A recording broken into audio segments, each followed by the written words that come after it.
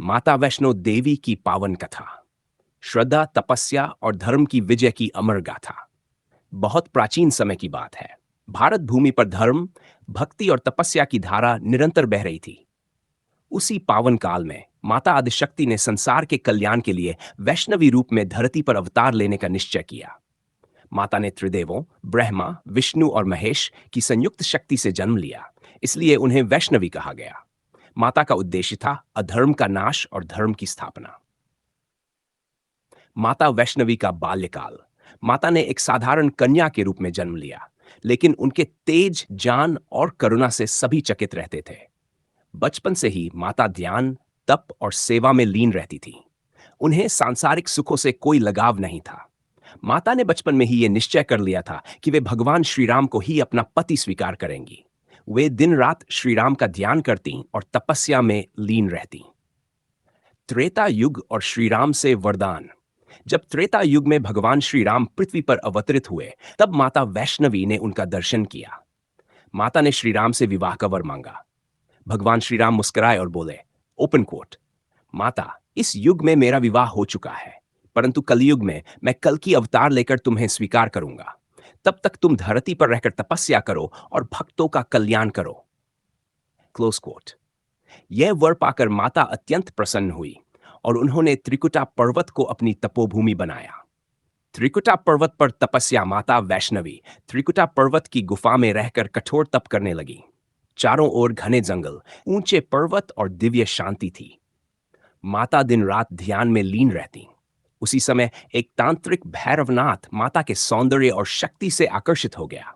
उसके मन में माता को पाने की कुत्सित इच्छा जाग उठी। भैरवनाथ का पीछा। भैरवनाथ माता के पीछे पीछे त्रिकुटा पर्वत तक आ पहुंचा। माता ये जान गई कि उसका उद्देश्य पवित्र नहीं है। वे एक कन्या के रूप में उससे बचती हुई आगे बढ़ती रहीं। माता ने भैरवनाथ को समझाया, ओपन क्वोट, भैरव लौट जाओ, यह मार्ग तुम्हारे लिए नहीं है। Close quote. लेकिन भैरवनाथ नहीं माना। गुफा में प्रवेश और 9 माह की तपस्या। माता एक पवित्र गुफा में प्रवेश कर गई और वहीं 9 माह तक ध्यान किया। यही गुफा आज माता वैष्णो देवी की पवित्र गुफा के रूप में जानी जाती है। जब भैरवनाथ गुफा में घुसा, तब माता ने महाकाली का रूप धारण किया और एक ही वार में उसका सिर धड़ से अलग कर दिया।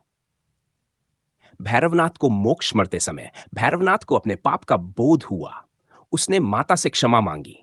माता करुणामयी थी।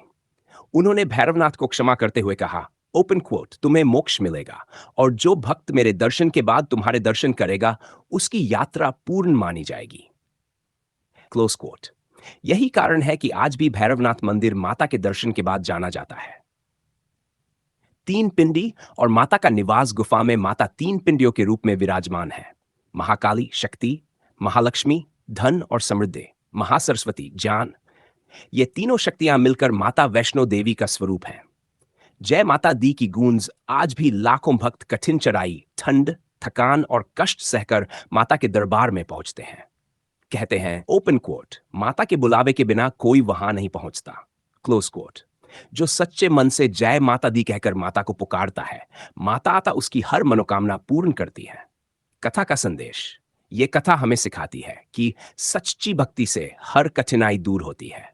अहंकार और अधर्म का अंत निश्चित है। करुणा और कष्मा ही सबसे बड़ी शक्ति है। जय माता दी। अगर आप